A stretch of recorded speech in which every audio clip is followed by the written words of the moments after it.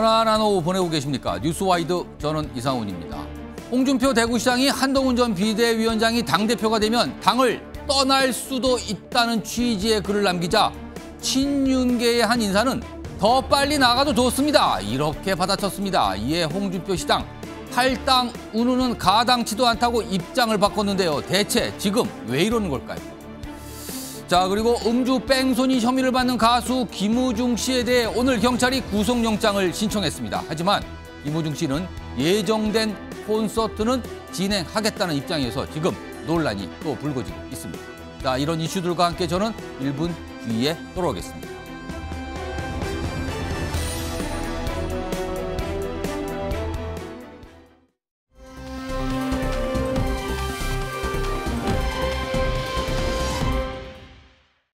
다음 지도부는 2년 후에 지방선거를 해야 돼요. 예. 그럼 총선 말아먹은 사람이 또 지방선거도 말아먹으라고? 상식적으로 그게 가능한 이야기를 좀 하시라고. 예. 그거 찍어주는 사람은 진짜 우리 당에서 찍어주면 우리 당은 해체해야 돼. 예. 더 이상 뭐 당에 존속할 의미가 없어요. 물론 뭐 한동훈 위원장에 대해서 여러 가지 평가를 할 수 있지만 그 총선을 말아먹은 애라고 하는 것을 두고 보면 그거보다도 훨씬 더 지방선거를 말아잡수신 분이 대표 시절에 그때 그 지방선거는 거의 괴멸적인 피해를 입었고요. 그러면 본인은 지방선거를 말아잡수신 영감탱이 소리를 들으시렵니까? 이 당내 30년을 지킨 사람입니다. 나는 나왔다 들어갔다 하는 그런 실개천하고는 달라요. 네. 나는 이 당 본류입니다. 나갈 이유도 애착도 없고, 있고 네, 사랑. 자, 요즘 대구에 머물고 있지만 서울 여의도 정치권의 한 복판에 있는 듯한 느낌을 주고 있는 홍준표 대구시장. 요즘 내놓는 얘기의 핵심을 정리하면 딱 두 가지예요. 한동훈 전 위원장 절대 안 돼. 그리고 나는 여당 보수 정당의 본류다. 이 두 가지를 계속 강조하고 있습니다. 방금 확인한 영상에도 그 내용들이 담겨 있었죠. 이런 가운데요, 그제와 어제 이틀에 걸쳐서 뭔가 다시 그를 통해 얘기를 하고 있는데요. 이게 파장을 좀 낳았죠. 화면으로 보겠습니다. 청년의 꿈에 그제 어떤 질문을 받고 답을 한 글인데, 일단 이게 게시물 자체가 이제 지워지면서 이제 사라졌는데, 일단 뭐 다들 봤죠. 초짜 당대표 되면, 이거 누가 봐도 또 한동훈 전 위원장인데, 초짜 당대표가 되면 나도 거취 결정할지 모른다. 이 얘기가 나오면서 이거 탈당하겠다는 얘기인가? 이렇게 받아들여졌죠. 그리고요, 어제는요, 또 얘기를 합니다. 총선 말아먹은 애한테 기웃거리는 세력들을 보고 이 당 가망 없다고 봤다. 거취 결정에 약간 같은 맥락에 같은 연장선상의 얘기로 들린 얘기를 그제, 어제 이렇게 반복적으로 한 겁니다. 자, 그러자 탈당하겠다라는 생각으로 받아들였거든요. 그러자 반응이 나오죠. 보겠습니다. 박수영 의원은 친윤으로 꼽히시는 분이에요. 이런 반응입니다. 홍 시장님, 더 빨리 나가셔도 좋다. 그런데요, 아무도 안 따라 나갈 것이다. 얼른 당에서 나가세요. 이 소리입니다, 지금. 이와 관련된 목소리도 있습니다. 들어보시죠. 뭐 정치하시는 분이 늘 정적인 발언을 하실 수는 있죠. 네. 하실 수는 있는데 당이 그 발언으로 인해서 당의 입장에 의견이 분란이 오고 그런 것 말씀들은 이제 조금 좀 조금 줄여주셨으면 좋겠다라는 개인적인 생각입니다.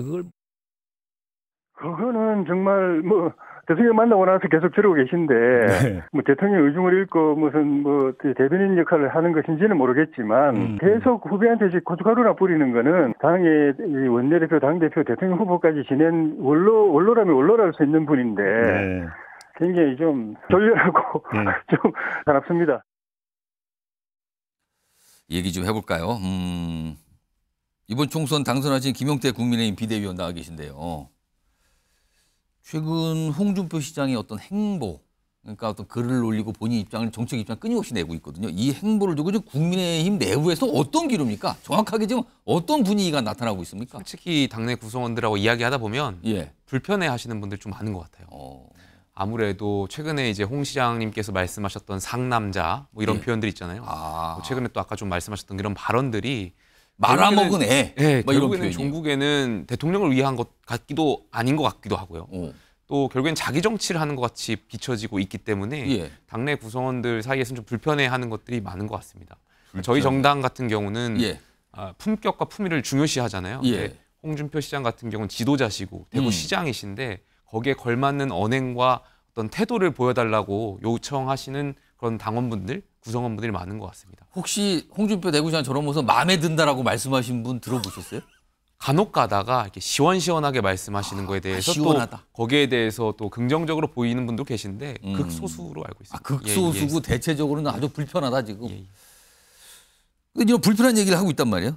김용태 비대위요. 그렇다면 지금 특히 홍준표 대구시장이 하는 얘기죠. 제가 아까 설명드렸지만 본인이 보수 정당의 본류다는 얘기와 함께 한동훈 전 위원장에 대한 비토 얘기를 계속하고 있거든요. 그렇다면 홍준표 대구시장 생각에 도대체 누가 당대표가 되면 마음에 드는 겁니까? 누구를 생각하면서 한동훈 전 위원장은 안 된다고 얘기하는 겁니까? 누구를 염두에 두기보다는 예. 홍준표 시장께서 저렇게 말씀하시는 것이 결과론적으로 홍준표 시장의 명분과 홍준표 시장의 이익이 모두 합치되는 방향이라고 생각해요. 무슨 말씀이냐면 홍준표 시장께서 말씀하시는 것이 언론의 해석에 따르면 대통령의 뭔가 입장을 대변한다라고 지금 해석이 되는 거 아니겠습니까? 예. 그럼 홍준표 시장도 명분이 있는 거겠죠. 거기에 대해서. 명분도 맞고 또 차기 대권을 아마 노리시는 분일 텐데 한동훈 전 위원장 같은 경우도 같이 대권을 경쟁할 수 있는 주자로서 예. 지금 예상되고 있고 또 한동훈 전 위원장의 지지율이 높게 나오고 있는 상황 아니겠습니까? 그런데 여기에 대해서 홍준표 시장이 한동훈 위원장을 이렇게 어떻게 보면 비판함으로써 예. 비토함으로써 한동훈 전 위원장을 이렇게 평가절하할 수 있는 그런 상황이 오다 보니까 홍준표 시장이 정치적인 이익에도 부합하는 것 같아요. 그러다 보니까 여러 가지 방면에서 말씀하시고 있는 것 같은데 글쎄요, 저는 많은 당원분들이 예. 2018년도에 지방선거 때를 좀 떠올리고 계신 것 같아요. 조금 전에 영상에서 김재원 전 최고께서도 말씀하셨지만 2018년도에 당시에 홍준표 시장께서 지방선거를 지휘하면서 예. 그 당시에 출마자분들이 당대표가 지원 유세 안 왔으면 좋겠다라고 하실 정도로 본인은 그런 상황이었다 과거에. 예. 그런 경험들 많이 떠올리시는 분들이 있어서 홍준표 시장께서도 물론 홍준표 시장님께서도 저렇게 말씀하시는 것이 나름대로 또 당을 위하고 본인의 생각이 있겠지만 지금은 좀 자중해 주시는 것이 홍준표 시장을 위해서도 맞는 길인 것 같습니다. 김용태 비대위원이 마지막에 좀 자중해 줬으면 좋겠습니다. 당에서 불편합니다라는 말을 했는데 자중 안 할 것 같다는 게 지금 정치권의 중론인 것 같아요. 본인이 초짜 당대표가 나오면 나도 거취를 결정할지 모른다 얘기. 이게 탈당을 암시하는 거다. 탈당을 시사했다 해석이 됐거든요. 그런데 이에 대해서 입장을 약간 달리합니다. 뭔가 설명을 내놓으면서요. 그 내용 좀 확인해 보겠습니다. 그러니까 탈당 얘기가 자꾸 나오니까 정치권에서 30여 년간 이 당 지키고 살려온 뿌리인데 탈당 우는 가당치 않다. 정계 은퇴할 때나 탈당하는 거다. 그럼 거취 결정은 탈당 얘기한 거 아니다. 그러면 무슨 거취 결정을 한 건지 모르겠는데. 그리고 또 이 얘기도 해요. 찐유는 찐득이처럼. 그러니까 앞서서 박수영 의원이 더 빨리 나가도 된다 그랬잖아요. 이걸 의식한 건가요? 이걸 보고 얘기하신 건가요? 박수영 의원이 친윤이니까. 찐윤은 찐득이처럼 윤에 기생한다는 뜻인데 본인들만 그 뜻을 모르고 있다. 그렇다면 지금 한동훈 전 위원장뿐만 아니라 이른바 이제 친윤 의원들까지 겨냥해서 쏟아낸 건데요, 지금 상황이요. 그런데 이런 상황에서요. 홍준표 대구시장이 30년간 이 당을 지키고 이거에 대해 또 받아치신 분이 한 명 있어요. 이분입니다. 김웅 의원. 그러니까 본인이 30년간 본류다 이 얘기를 또 계속 반복하고 오늘도 그랬거든요. 그러자 누가 들으면 30년간 당 지킨 줄 알겠습니다. 세상을 놓고 세상도 변했다. 그러면서 아니 2020년 당시 총선 때 공천 논란 그때 탈당했잖아요. 그리고 무속 출마했잖아요. 이 얘기를 딱 끄집어냅니다. 서로들 기억들이 대단하십니다. 지금 보면 이런 상황이에요. 자, 그럼요. 홍준표 대구시장이 과거에 어떤 한 얘기들이 있습니다. 들어보겠습니다. 참 불쾌한 질문이다. 내가 이 당을 30년을 지켜온 사람입니다. 나왔다 들어갔다 하는 그 지류 지천의 실개천이 아니고 나는 본류입니다. 무소속으로 출마하더라도 당선돼서 당으로 바로 복귀할 겁니다. 이 못된 협잡공천에 관여한 사람 나는 알고 있습니다. 누구인지 돌아가서 용서치 않을 겁니다. 1년 3개월 만에 다시 당으로 돌아왔습니다. 어쩔 수 없이 잠시 집을 떠나야 했던 집안의 맏아들이 돌아온 셈입니다. 이 당에 남아있지 않을 것처럼 겁박하는 정치를 하게 되면 이게 이 당의 본류를 지켰던 분이라고 얘기하기 어렵잖아요. 이 당의 본류를 지켜왔다면 이 당을 한 번도 떠나지 말았어야죠. 근데 홍준표 시장 지난번 공천 못 받고 당 떠나지 않았습니까? 예. 자, 강성필 민주당 국민소통위 부위원장. 그러면 이 정치권에서 오해한 겁니까? 거치 결정할지도 모른다는 얘기를 했잖아요. 그걸 탈당 가능성으로 해석했는데 이거 오해한 겁니까? 그럼 정치권에서? 아니, 그러니까 정치가 그렇잖아요. 사실도 중요하지만 인식이 더 중요한 거 아니겠어요? 아니, 나는 아무리 A라고 말을 했어도 상대방이 B로 이해를 하면 나는 A를 말한 게 아니라 B를 말한 거예요. 그게 커뮤니케이션의 법칙이에요. 그러니까 홍준표 대구시장은 탈당을 말한 거예요. 근데 가당치도 않다고 다시 입장을 냈는데. 본인은 지금 상황이 안 좋아지니까 또 그렇게 돌린 것 같은데. 근데 저는 사실 그 말을 처음 하셨을 때도 마음속으로 해석하기를 저분이 지금 한동훈 전 비대위원장의 출마를 하지 말라고 압박을 하는구나. 그리고 한동훈 전 비대위원장이 당대표가 되기를 바라는 지지자들한테도 압박을 하고 있구나. 왜? 한동훈 전 비대위원장이 되면 국민의힘이 혼란스러워진다라고 저는 압박을 하는 거지 실제로 절대 탈당까지 하실 분은 아니라고 생각을 했습니다. 그리고요, 또 한 가지 그 얘기와 함께 뭐 탈당 가당치도 않다 그 얘기와 함께 찐윤에 대한 규정을 합니다.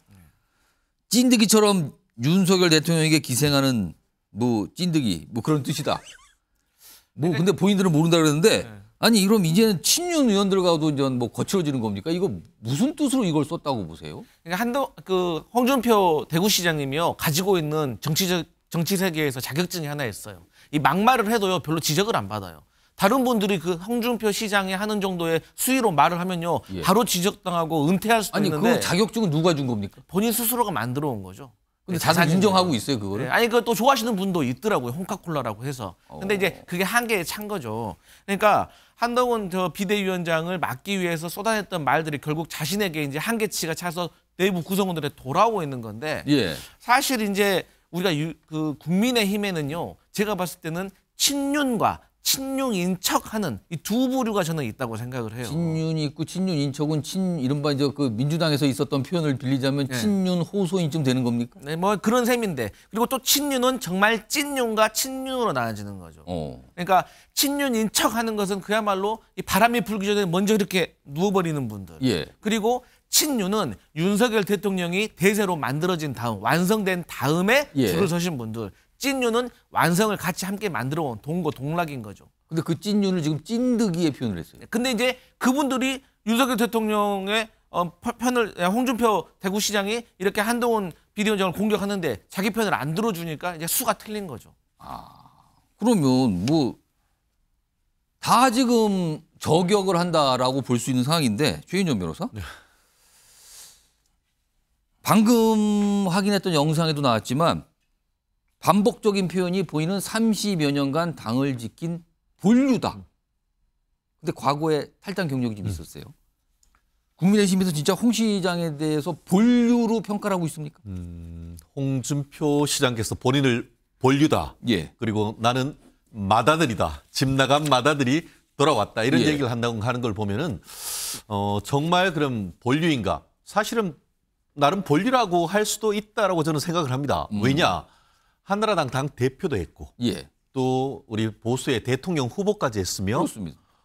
그리고 지금 보수의 심장이라고 할 수 있는 대구의 시장까지 하고 있으니까 거쳐간 정치적인 어떤 타이틀과 과정은 본류에 근접할 수 있는 상황인데 그렇다고 하면은 보수의 본류에 맞는 언행을 하셔야 되는 건 아니겠습니까? 보수라는 것은 기본적으로 품격이 있고 나름대로 어떤 젠틀맨 같은 그런 이미지가 있는데 지금 얘기하는 얘기가 과연 국민들 특히 자유민주주의를 수호하고 또 어떻게 보면 자유우파들의 눈높이에 맞는지에 대해서는 상당히 좀 의문일 수밖에 없다고 생각하는데 사실 그렇지 않습니까? 지난 총선 국민의힘이 패배하고 난 다음에 윤 대통령이 가장 먼저 같이 식사한 분이 홍준표 대표 아닙니까? 홍준표 시장 아닙니까?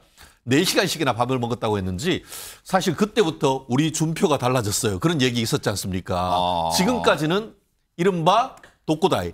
거의 나 혼자 어떻게 보면은 그 달리다가 그 이후로부터는 거의 본인이 이른바 그러니까 친윤을 넘어서 찐윤. 지금 보면은 아까 다른 사람들은 다 지금 보면은 홍준표 시장을 찐윤이라 생각하는데 오히려 자기만 찐윤인 것을 모르는 듯한 그런 행태를 보이고 있는 거 아니겠습니까? 아까 그 말을 돌려주셨네요, 지금요. 네, 그런 걸 보면서 본인이 지금까지 본리로 왔다고 하면은 본리에 맞는 말씀을 해야죠. 지금 뭐 총선 말아먹은 애라고 하는데 홍준표 시장 1954년생입니다. 예. 그러면은 50세, 그러니까 한동훈 전 비대위원장의 나이로 치면 지금 50살인데, 그럼 2004년에 50살 때 뭐 했나 봤더니만 재선 의원 당선되고 한나라당 비상대책위원장도 있더라고요. 예. 그럼 그때에 본인도 그 애로서 그런 일을 했습니까? 그렇기 때문에 아무리 하고 싶은 말이 있다 하더라도, 그리고 본인의 장래적인 어떤 그 한동훈 전 비대위원장이 정치적인 어떤 경쟁자라 한다 하더라도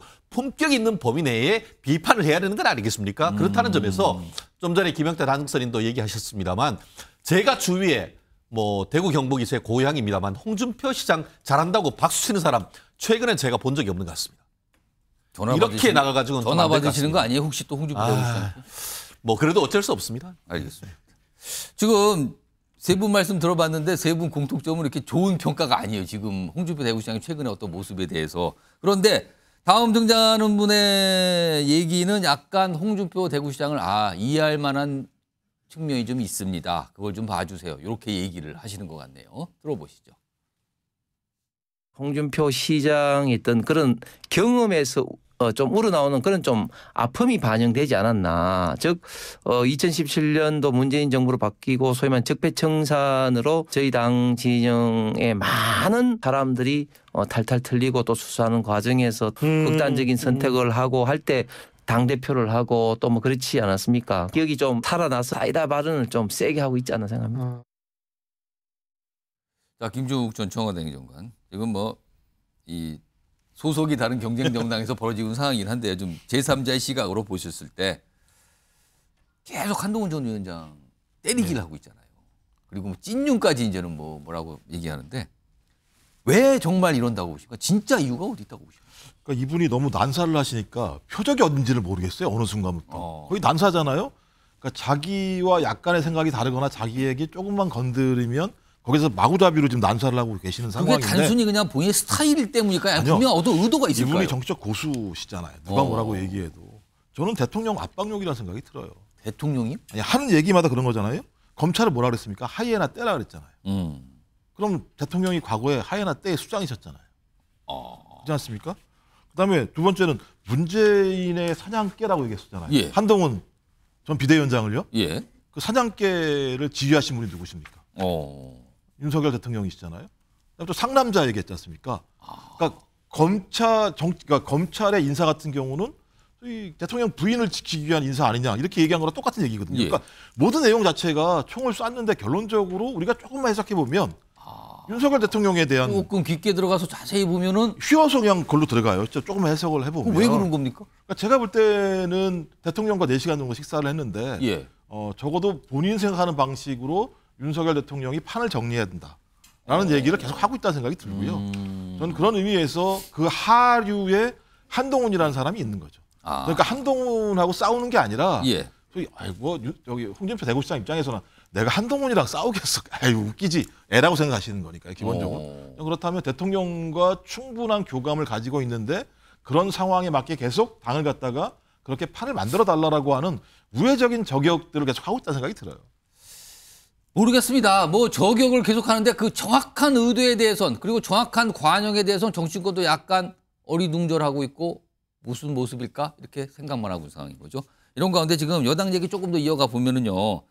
여당의 당장의 과제가 28일로 지금 예정돼 있는 최혜병 특검 법안 거부권 행사가 돼서 다시 국회로 왔잖아요. 재의결 날짜가 지금 유당이 28일 정도로 예고하고 있는데 과연 이 표기를 어떻게 할 것인가? 국민의힘 내부에 이탈표가 나올 것이냐 말 것이냐 이게 지금 관심사인데요. 여야의 움직임들이 있네요. 일단 화면으로 좀 볼까요?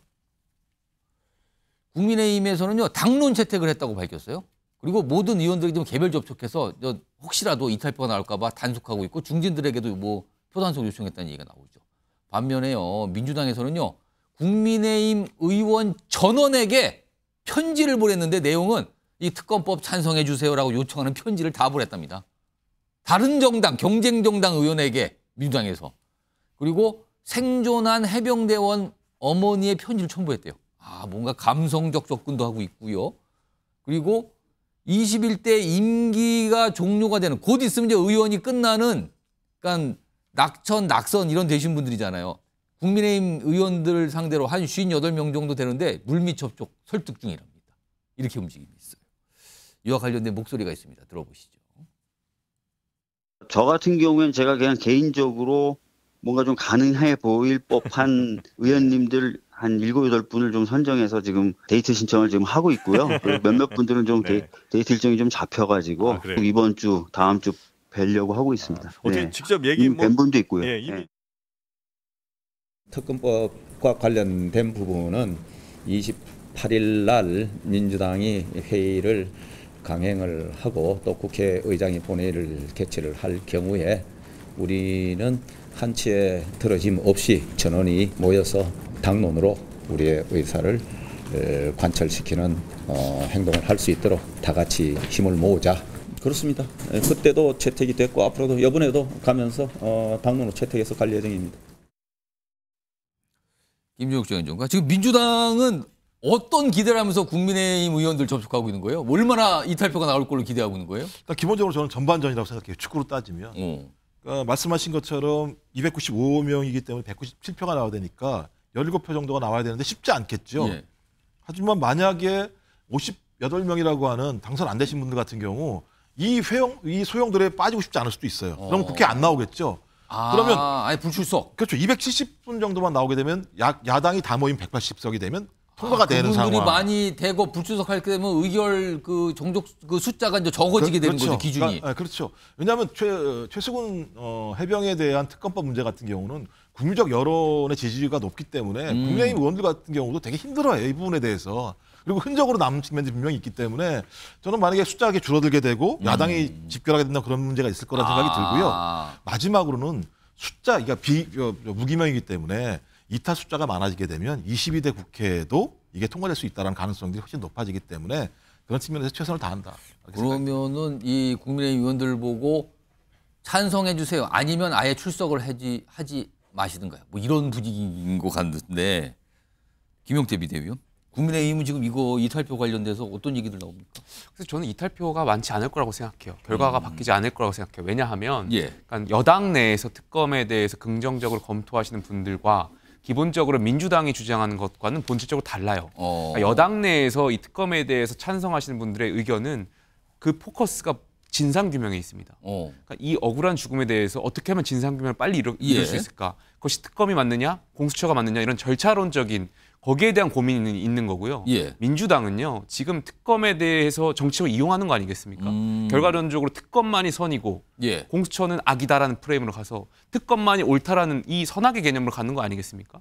결과적으로는 국정 공백을 일으키려고 하는 것이라고 저희가 보고 있고 그 탄핵이라는 말도 지금 서슴지 않게 말하고 있어요. 오늘 아침에 뭐 고민정 의원 같은 경우 라디오에서 탄핵 이야기 하시기도 했고요. 김용민 의원 같은 경우도 지난번 라디오에서 탄핵 이야기 했어요. 그러니까 여기에 대해서 여당 의원들도 결론적으로 이 특검에 대해서 다시 고민하다가도 이런 야당의 정치적 계략이 있기 때문에 결론적으로는 좀 이렇게 찬성표를 던지지 않을 거라고 저는 생각합니다. 자, 일단 날짜가 28일로 잡힐 것 같죠? 봐야 되긴 하는데 지금 이런 상황에서요. 개혁신당 소속이죠. 천하람 당선인이 한동훈 전 위원장이 뭔가를 입장을 낼 수도 있는 거 아니냐. 이런 가능성을 살짝 냈는데 이게 가능한 건지 가능하지 않고 희망사항을 얘기한 건지 모르겠는데 일단 그 내용 좀 들어보겠습니다.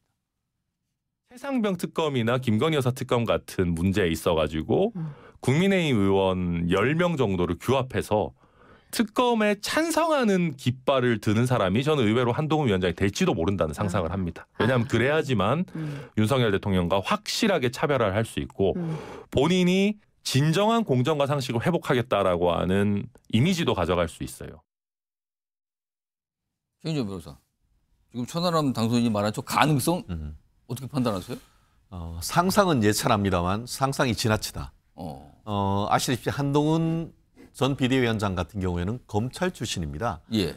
지금 이 사건 같은 경우에는 이 사건 자체에 대해서는 경북지방경찰청에서 예. 업무상 과실치사에 대해서 조사를 하고 있고 또 직무와 관련되는 직권남용 권리행사 방해죄 같은 경우에는 지금 공수처에서 수사를 하고 있지 않습니까? 그런데 거기에 더해가지고 지금 검찰도 패싱하고 공수처 다 패싱하고 특검을 해서 뭔가 메시지를 낸다? 그리고 민주당의 의도는 뻔한 것 아니겠습니까? 지나가던 초등학생도 아는 것 아니겠습니까? 겉으로는 뭐 추모하고 또 실체적 진실을 밝힌다고 하지만 오히려 제사보단 제밥에 관심 있는 탄핵하기 위한 징검다리로 삼는 것 아니겠습니까?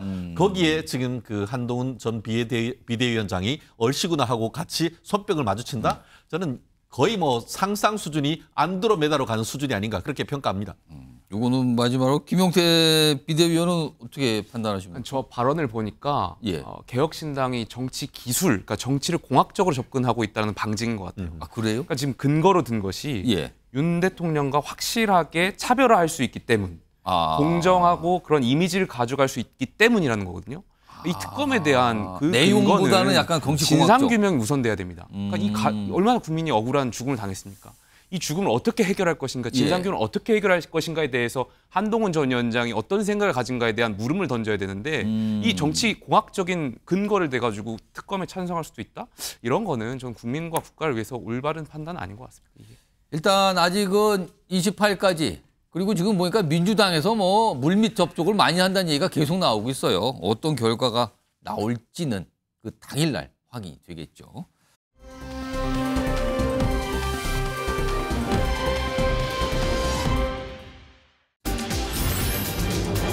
문재인 등장제마다 역효과가 지금 나는 걸까? 등장을 하는데 역효과가 난다. 최근에 회고록을 냈죠. 문재인 전 대통령.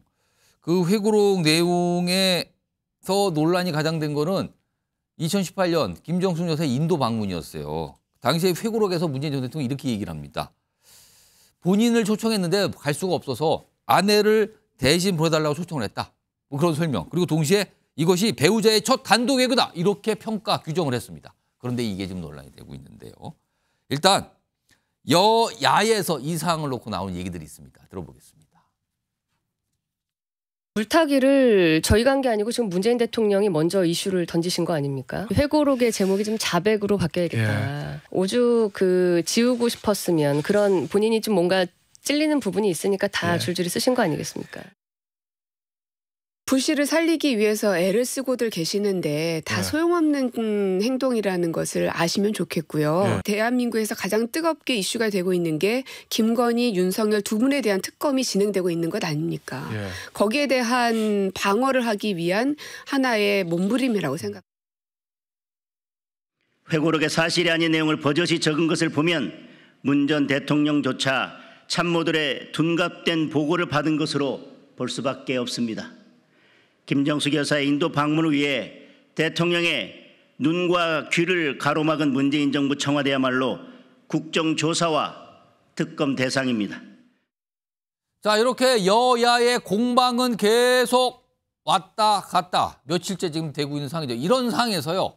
가만히 보면은요. 민주당 내에서 과거의 친문계라고 꼽히시는 의원들 중심으로 강한 반발을 하고 있고요. 친명이라고 꼽히시는 의원분들은 상대적으로 조용합니다. 그리고 언론에 기자들한테 얘기할 때는요. 내 이름 쓰지 말고 나 이런 의견입니다. 이렇게 밝히고 있어요. 자, 그럼 친명계는 과연 무슨 생각을 할까? 화면 보겠습니다. 여기 보면 A, B, 뭐 C 이렇게 나오죠? 이분이 언론들의 이렇게 설명을 조금씩 내는 건데 일단 한창 포위 공격 중인 아군 진영에 찬물을 끼얹은 격이다. 문재인 전 대통령 회고록의 이 인도 방문 대목을 말하는 거예요, 지금. 한참 포위 공격이라는 거는 추정컨대, 생각컨대 김건희 여사 특검법 또는 뭐 최병 특검법 이런 거 말하는 거 같잖아요. 지금 이게 민주당 입장에서 굉장히 유리한 정구로 가는데 갑자기 찬물 끼얹었다. 자, 민주당의 초선 당선인 B. 사면 초과했던 정부 여당의 돌파구를 열어준 게 아닌가. 이 얘기에 따르면은 문재인 전 대통령은 윤석열 대통령의 구원 투수란 소린가요, 그럼? 그리고요. 친명계 초선 의원 C. 의원들이 대놓고 말은 안 하지만 달갑지 않게 여기고 있는 건 맞습니다. 이런 반응이 있답니다. 강성필 부위원장. 네. 친명계 의원들이 이름을 밝히고 얘기를 못하는데 저런 얘기가 천만이 나오고 있거든요. 지금. 이거 좀 약간 속으로는 물밑에서 불만이 좀 있는 겁니까? 지금 어떻게 봐야 되는 겁니까? 제가 이제 과거에도 말씀드렸지만 사실 그 이재명계의 본류를 따라가면 예. 친문계도 있습니다. 예. 상당수가 있어요. 그런데 지금의 이제 친명계에서는 왜 화가 나냐? 지금 저희가 화력을 잘 모아가지고 특검이라든지 전국을 지금 운영을 주도해 가고 있는데 예. 이슈가 분산되고 있는 거예요. 그러면 빨리 이 이슈를 해결을 해야 돼요. 예. 근데 해결을 하려면 사실 친명계에서 당시에 청와대에서 근무 안 했잖아요. 예. 청와대에서 핵심적인 그 역할을 하지 않았잖아요. 그렇습니다. 그래서 이 내용에 대해서 정확한 객관적인 사실에서 잘 모를 겁니다. 그렇겠죠. 아무래도. 그러면 누가 해줘야 됩니까? 이건 청와대에서 핵심적인 역할을 했던 친문계에서 빨리 대응을 해줘야 되는데 예. 여기에 대응이 조금 마땅치가 않은 거예요. 반면에 국민의힘에서 내세우고 있는 자료들은 객관적인 것으로 보여요. 사람들이 보이기에. 최근에 외교부가 좀 설명도 내놓고 한 게 있어서. 그렇더라고요. 그리고 또 모 언론사에서 칼럼으로 이렇게 내신 분이 있는데 거기와 관련돼서 청와대에서 예. 1심에서 패소하고 2심에서 소를 취하를 했어요.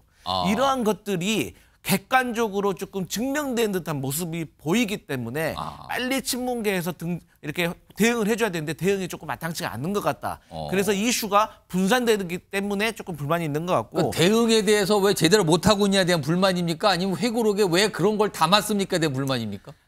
저는 대응에 대해서가 더 무게가 있다고 생각을 하고요. 그다음에 두 번째로는 이제 과거에 이제 뭐 우리 여당에서도 많이 공격하지만 문재인 대통령이 잊혀지고 싶다고 하셨는데 예. 어쨌든 선거운동에 나오셨습니다. 그리고 결과를 따지면 어쨌든 그다지. 저희가 유일하게 그 지역에서 패배를 했어요. 네. 그런 거에 대해서는 공과 사를 되게 나누기가 어려운 애매한 시점에서 또 문재인 대통령과 관련된 또 일가의 어떤 그 따님 문제라든지 사인 문제라든지 이런 것들이 계속해서 악재로 나오면서 저희 민주당이 주도하고 있는 이슈가 분산되고 있다. 그래서 거기에 대한 불만이 있는 겁니다. 요거도 김종욱 전 행정관께도 질문 좀 들어볼게요. 이거 어떻게 보십니까? 진짜 친명계에서 그러니까 뭐 민주당 구성원 전체는 아니겠지만 지금 많은 분들이 이름을 밝히지 않으면서 약간 불만 표시를 하고 있다 이렇게 나오고 있는 건데 분위기가 진짜 그렇습니까? 이거 어떻게 봐야 됩니까? 그러니까 저는 뭐 불만이 있을 거라 생각이 들긴 합니다. 하지만 저는 친명계 의원들이 저렇게 반응하는 거에 대해서는 좀 달갑지 않다고 생각을. 저 반응 자체가 달갑지 않다. 그러니까 전직 대통령이 2년이 지난 다음에 회고록을 써낸 거고요. 예. 그 사실과 관련해서 어느 것이 옳은지 확인이 안 되고 있는 상황입니다. 문재인 전 대통령의 얘기가 맞다면 아무런 문제가 안 되는 거고요. 그다음에 지금 외교부에서 설명한 내용이 맞다고 하더라도 그것은 한국과 인도 간의 외교적인 관계 속에서 논의가 다 됐기 때문에 법률적으로 큰 문제가 있는 게 실제적으로 아니에요. 이 문제를 국민의힘에서 세게 낮추고 나오는 문제는 오히려 역으로 따지고 보면 김건희, 그러니까 대통령 부인의 문제 때문에 세게 치고 나오는 거예요. 그럼 여기에 맞서서 싸워야 되는 게 맞는 건데 오히려 갑자기 회고록을 낸 문재인 대통령에 대한 화살이 돌아가는 건 저는 분말이 전도된 측면이 분명히 있다. 핵심적인 내용들은 이 두 가지는 별건이라는 거예요. 근데 이 별건인 것 갖다가 서로 묶어내는 건 좀 문제가 있다는 거죠. 최인정 변호사. 근데 결과적으로는 문재인 전 대통령이 논란을 자초했다 이런 평가 지금 정치권 분명 나오거든요. 지금. 그렇습니다. 결국은 그 민주당 내에서는 친명 횡재, 비명 횡사의 어떤 후폭풍이 지금 이 상태를 두고 어떻게 보면은 그 민주당 내에 어떻게 보면 가벼운 균열 정도가 드러나는 것이 아닌가 싶은데요. 어쨌든 국민들이 지금 문재인 대통령에게 듣고 싶은 것은 반성문과 참회록인 것이지 변명문을 듣고 싶은 건 아니라고 저는 생각을 하는데요. 그런데 좀 흥미로운 것은 이번 책, 그러니까 회고록의 제목이 변방에서 중심으로 이제 괄호 열고 외교 안보 편 이렇게 돼 있어요. 그렇다면은 다른 우선편으로서 정치편, 사회편, 경제편. 문화편, 경제편이 나올 것 다른 아닌가 하는 편이 생각인데. 예고된 거네요, 그러면은. 예, 그 원포인트 릴리프가 아니고 앞으로 이제 롱 릴리프가 될 가능성이 있는데. 시즌 1, 2, 3가 더 그렇습니다. 3가 그런 더 것을 있다. 지금 사실상 예견하고 있는 그런 뭐 보이고 있는 부분이 있기 때문에 뭐 국민의힘으로서는 화이팅 문재인 하고 싶은 그런 심정이죠. 갑자기 화이팅 문재인 대통령이라고 전 대통령이 얘기하니까. 적어도 전직 대통령의 회고록은요 매우 중요합니다. 그렇죠, 원래. 5년 동안의 통치의 내용들을 올곧게 전달하는 건 매우 중요한 거기 때문에 예. 저는 이 내용과 같은 논란을 하기보다는 사회적인 토론을 해야 되는 측면인데 이걸 이제 쌍방이 공격적인 수단으로 쓰는 것 자체에 문제가 발생하는 거죠. 사실 그렇기 때문에 저희가 지금 국민의힘에서 문제를 제기하고 있는 건 아니겠습니까? 사실 분명히 이 부분 같은 경우에는 문재인 대통령께서 먼저 던진 건 아니겠습니까? 지금 뭐 인도에 갔을 때 우린 가만히 있었는데 이게 그 여사님을 보내달라고 요청을 했다는 건 아니겠습니까? 그런데 아까 얘기했습니다만 그 당시 문화체육부에 있었던 객관적 물증을 보면은 고위층 인사 괄호 열고 뭔가 장관이라고 돼 있단 중간 말이에요. 과정도 있었어요. 지금. 그렇기 때문에 예. 그 과정에 대해서 지금 논란이 있고 정치적 논란이 있고 고위층이 있다라고 한다고 하면 예. 민주당은 그 의혹에 대해서 뭐라고 합니까? 특검하자는 거 아니겠습니까? 저는 제가 봤을 때 우리 그 김 당선인께 좀 어떻게 보면 한번 조언을 드리고 싶은 거는 예. 별도로 뭐 그 김정수 특검을 하자는 게 아니고 예. 민주당이 10년 전에 만들어 놓은 상설 특검 예. 그거에 기해 가지고 한번 특검해 보는 것도 1호 특검으로 해보는 것도 어떨까 싶습니다. 지금 두 분 말씀 들어보시면 지금 여야가 이렇거든요. 이 사안 갖고는 이렇게 무슨 특검 뭐 일각에서 쌍특검 아니면 삼특검 뭐 이런 까지 나오고 있어요. 지금요. 뭐 김여사 삼특검 이런 표현까지 등장한 상황인데 아무튼 이렇습니다. 그런데요. 지금 이 회고록이 나온 뒤에 아까 친명계 정치인들의 약간 불편한 기류가 있다는 걸 소개해 드렸잖아요. 그런데 그와 동시에 지난 총선 과정에서 문재인 전 대통령의 어떤 역할과 관련된 게 또 다시 또 회자가 됩니다. 그러니까 아니 이거 회고록 때문에 조금 논란되는 거 아닙니까? 내용이 괜히 근데 그때 당시에도 그랬지 않습니까? 이렇게 연결시키는 분들이 있는 거예요. 화면 좀 보겠습니다. 일단 당시 결과인데요. 당시에 이제 총선 유세를 활발하게 문재인 전 대통령이 했죠. 지원 유세요. 여러 지금 후보들 도왔거든요. 근데 일단 부산 쪽만 딱 짚어서 보면은 4년 전 총선보다 좀 못해요. 못해. 그리고 PK 부산, 울산, 경남 전체를 비교해 보면 4년 전에는 7석 그리고 5석. 그러니까 부산은 3석에서 1석 줄은 거죠. 그런데 사실은 이건 의석이 줄었다는 게 단순하게 보이긴 하지만 이번에 민주당이 PK에서 상당한 기대를 했었거든요. 초기에는 분위기 좋다. 그리고 반면에 여당에서는 굉장한 위기다 이랬거든요. 낙동강 전선이 흔들린다. 드디어 그 전선을 뚫는다. 막 이런 말이 나왔는데 결과적으로는 4년 전보다 못한 결과가 나왔거든요. 이걸 가지고 말들이 나오는데 다음 화면 좀 보겠습니다. 여기도 지금 이름을 알바키면서 또 이렇게 얘기를 해요. 이분도 아마 내용 보니까 뭐 친명 같기도 한데 막판 보수 결집이 전적으로 문 전 대통령 때문이라고 볼 수는 없지만 PK 지역의 막판에 보수가 결집하면서 저렇게 결과가 나왔다. 이게 문 전 대통령의 전적인 탓이라고 할 수는 없지만 친명 지지자들 입장에선 그렇게 생각할 만한 여지를 남기고 있는 건 맞다. 이렇게 얘기를 합니다. 자, 그럼요. 당시 모습 확인해 보죠. 제가 이제 70평생 살면서 여러 정부를 경험해 봤지만 지금처럼 이렇게 못하는 정부는 처음 봅니다. 아직 못한 것 같아요. 시민들이 좀 물건 줘서 빠진 것 같아요.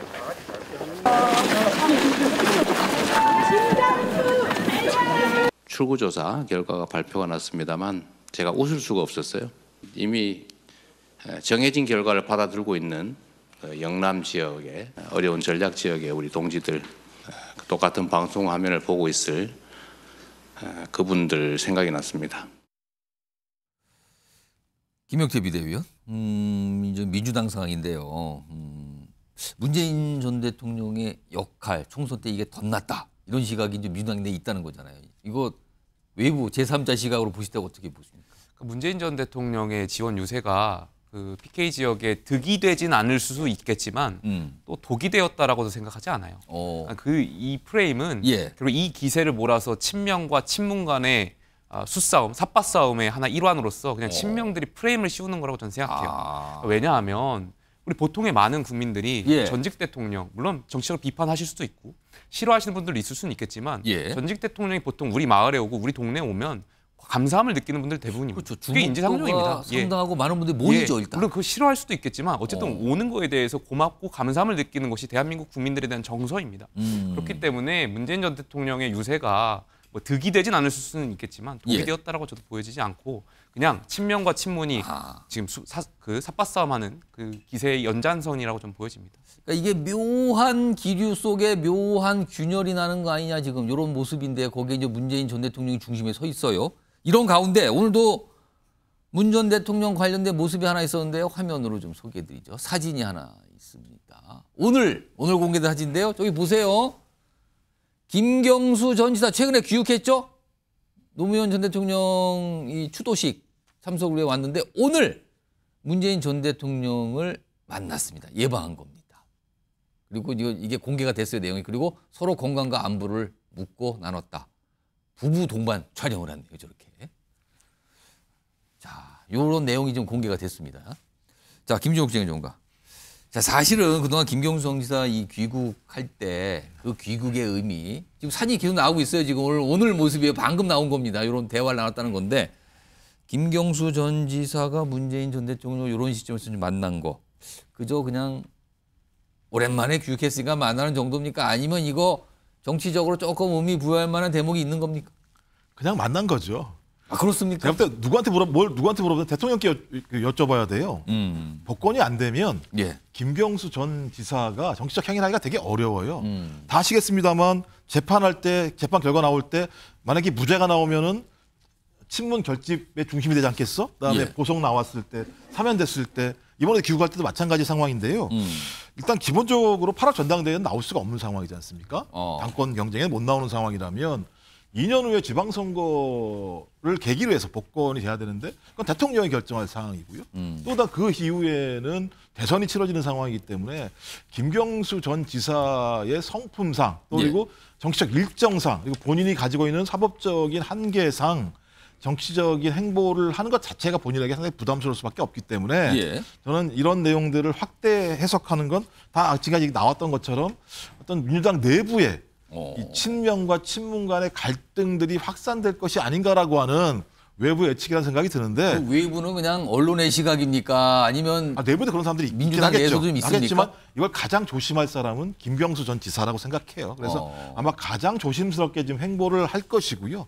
때가 되면 본인이 충분히 국민들이나 민주당원들에게 설명을 하고 정치적인 행보를 할 사람이지 예를 들면 음모론적으로거나 아니면 예를 들면 조용히 어떤 사람들을 규합하는 이런 스타일이 아니기 때문에 제가 볼 때는 뭐 하여튼 언론의 기사화가 될 만한 내용이긴 합니다만 이렇게 확대 해석할 만한 내용도 아니다 이렇게 생각을 합니다. 그러면 진짜 건강과 안부를 물었다.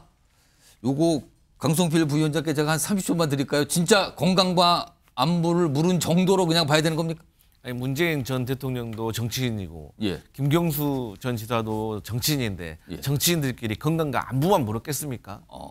여러 가지 현안에 대해서 얘기하고 앞서 지금 나오고 있는 회고록과 관련된 문제들 거기에 대한 어떻게 대응을 할 것인가 또 앞서 말씀했듯이 여기에 대해서 친명계는 어떤 의미 어떤 기류인지 이런 걸 전체적으로 얘기했을 거라고 저는 생각하고 있습니다. 아직 저 정도만 오늘 소개가 됐어요. 시간이 지나면 좀 더 나올지 어떨지는 모르겠습니다.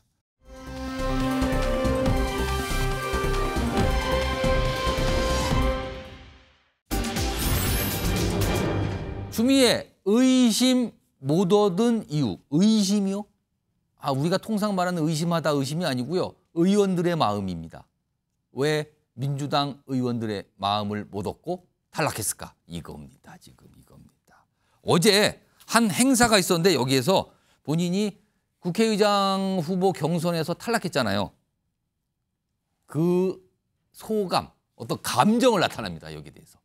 들어보시죠. 제가 세상 살아보니까 성질대로 다 안 되더라고요. 욱하는 마음도 있고 도저히 용서가 안 되기도 하고요. 그래서 내가 한 번은 응징을 해줘야지 나 없이 한번 잘 살아봐 이런 마음이 불쑥불쑥 일어나죠. 그런데 저도 이렇게 남아있지 않습니까? 민주당에. 네. 그러니까 떠나지 마십시오. 절대로. 웃으면서 얘기했어요. 저기 어제 북콘서트 자리였거든요. 근데 그 자리에서 마이크를 뭐 축사 형태로 얘기하면서 본인의 얘기를 한 건데 웃음을 지었지만 성질대로 안 된다. 뭐 응징 뭐 이런 얘기를 하거든요. 화면 좀 보겠습니다. 여기서 이제 궁금해지는 상황이 나오는데 이런 얘기를 먼저 했어요. 세상 살아보니까 성질대로 다 안 되더라. 그러니까 이 국회의장 후보 안 된 걸 말하는 거예요. 욱하는 마음도 있고 도저히 용서가 안 되기도 한다. 일단 궁금한 건 도대체 누가 용서가 안 되는 건지. 또 있어요. 내가 한번 응징해줘야지. 나 없이 한번 잘 살아봐. 이런 마음이 불쑥불쑥 일어난다 그랬어요. 그럼 누구를 응징하고 싶은 건지. 누가 용서가 안 되고 누구를 응징하고 싶은지가 궁금해지는데 강성필 부위원장. 네. 누굽니까? 누굴 대상으로 저 얘기한 겁니까 지금? 먼저 용서할 수 없는 사람은 이 모든 것이 다 제 개인적인 생각입니다. 근데 우원식 후보에 대해서 지지를 했던, 그러니까 우원식 후보가 처음 기본적으로 표를 가지고 의장 후보에 이제 경선에 도전을 했을 때 기본적인 표가 친노 친문계 의원들 표였습니다. 그러니까 이제 추미애 그 후보의 어떤 자서전만 봐도 본인이 법무부 장관 하고 있을 때 어떤 윤석열 검찰총장에 대한 어떤 징계건과 관련해서 본인이 자진 사퇴했다는 거에 대해서 매우 서운한 감정을 가지고 있고 이런 것들이 또 총선 과정에서 드러났습니다. 그렇기 때문에 의장 경선 들어가기 전부터 친문계와 추미애 후보 같은 경우는 사실 상극이었습니다. 그렇기 때문에 우원식 후보에게 이 표가 몰렸던 것이고요. 두 번째로는 저희가 의장 선거라든가 원내대표 선거를 하잖아요. 그러면 무엇을 하냐? 의원들의 이름을 쭉 적어놓고 1번 동그라미, 2번 세모, 3번 X를 표시합니다. 동그라미는 확실한 내 표, 세모는 아리까리한 분, 3번은 이 사람은 절대 나 안 찍어. 그러면 이 세모를부터 먼저 만납니다. 왜 동그라미는 확장성이 없으니까요. 세모를 만나면은 이분들이 다 아리까리하게 대답을 하는 거죠. 또 어떤 분들은 또 말을 그럴듯하게 하고요. 근데 선거를 뚜껑을 까 보니까 본인이 졌잖아요. 그러니까 당연히 세모 표시했던 분들이 본인은 선택 안 하고 본인이 의원을 만나서 체크해서 세모 체크했던 분들이 떠오르는 거예요 지금? 그분들이 했던 그 달콤한 말들이 생각이 나기 때문에 용서 안 된다. 용서할 수가 아니 이제 응징하고 싶은 마음이 드는 거죠.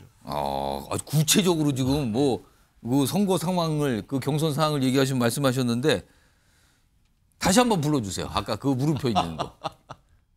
일단 용서가 안 되기도 한다. 누구를 겨냥한 건가?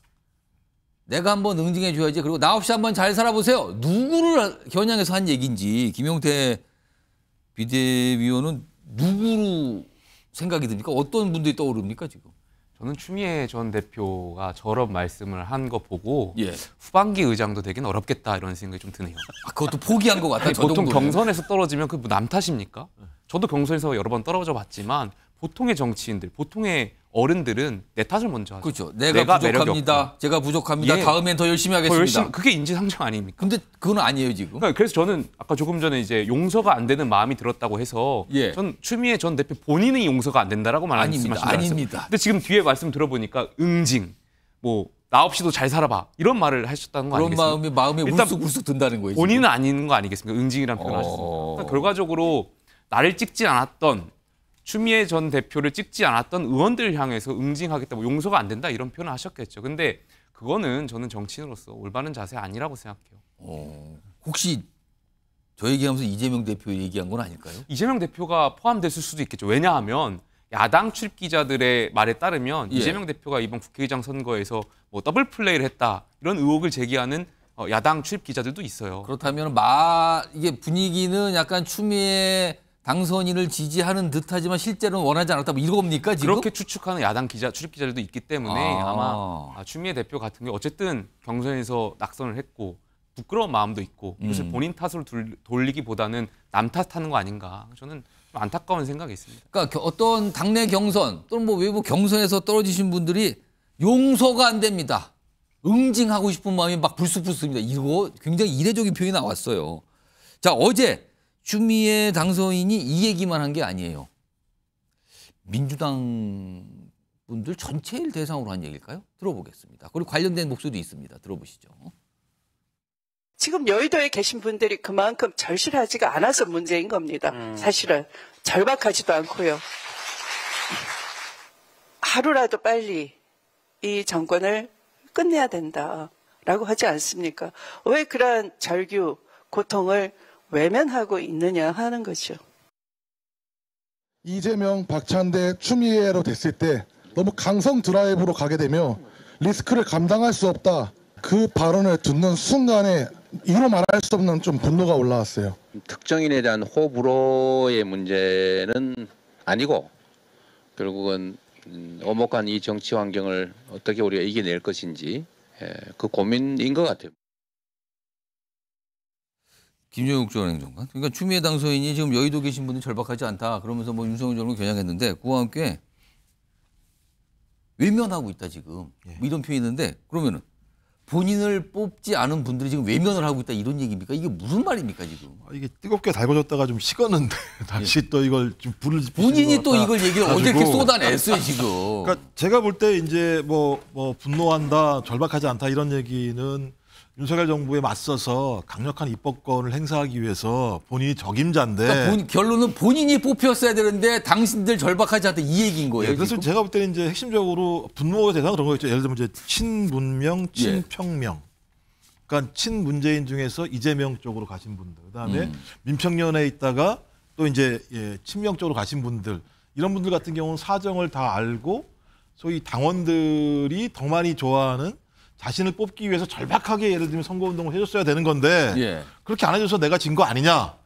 그러니까 아무리 친해도 가까운 분이 열심히 안 하면 그래도 화가 나는 측면들이 분명히 있잖아요. 그러니까 이 절박함들을 가지고 선거운동을 도와주지 않았기 때문에 이런 일이 발생을 했고 이런 일이 발생이 됐기 때문에 소위 추미애가 아닌 다른 분이 입법 수장이 되게 되면 그 자체에서 윤석열 정부에 맞서서 제대로 싸우지 못할 수도 있겠다라고 하는 본인의 생각을 담은 것 같다는 생각이 들어요. 당선이 된 우원식 후보는 못 싸운다 이 뜻이 되는 겁니까? 그러니까 자기보다는 못 싸운다는 뜻이겠죠. 전 그래서 제가 볼 때 이제 말씀을 좀 자중하시면서 오히려 우원식 국회의장께서 과거와는 다른 국회의장의 상을 세워주시기를 바라는 말씀을 하시는 것이 훨씬 더 당을 위해서 더 좋은 말씀이 아닐까 생각이 들긴 하는데요.